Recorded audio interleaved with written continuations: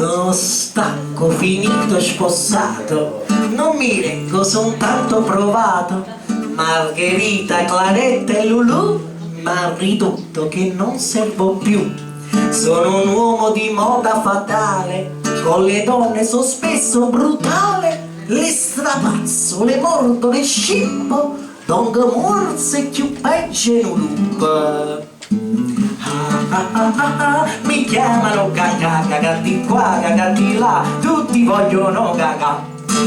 La contessa Pomponio Scorsetti può Gaga sul terrazzo alle 7. La duchessa Cornelia Vaccotto può Gaga sul terrazzo alle 8. Mi chiamano Gaga, Gaga di qua, Gaga di là, tutti vogliono Gaga. Ancora dobbiamo fare la canzone.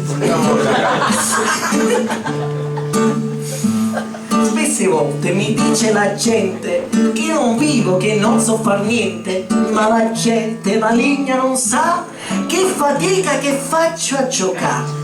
La mattina rincaso alle 7, poi la sera mi sveglio alle 8, mangio poco, no poche brodine, carne, pesce e un mezzo tacchina. Mi chiamano Gaga, Gaga di qua, Gaga di là, tutti vogliono Gaga. La marchesa Picoscia Balena, può per forza Gaga in tarina. La signora Ricotta Lasagna, può Gaga notte e giorni in campagna. Mi chiamano Gaga, Gaga di qua, Gaga di là, tutti vogliono Gaga.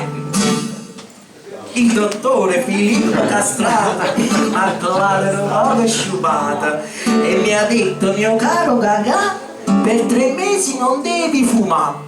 E per cura ogni giorno mi ha dato una siringa di caldo tilato. Gli ho risposto: mio caro dottore, devo fare la cura d'amore. Mi chiamano Gaga, Gaga di qua, Gaga di là, tutti vogliono Gaga.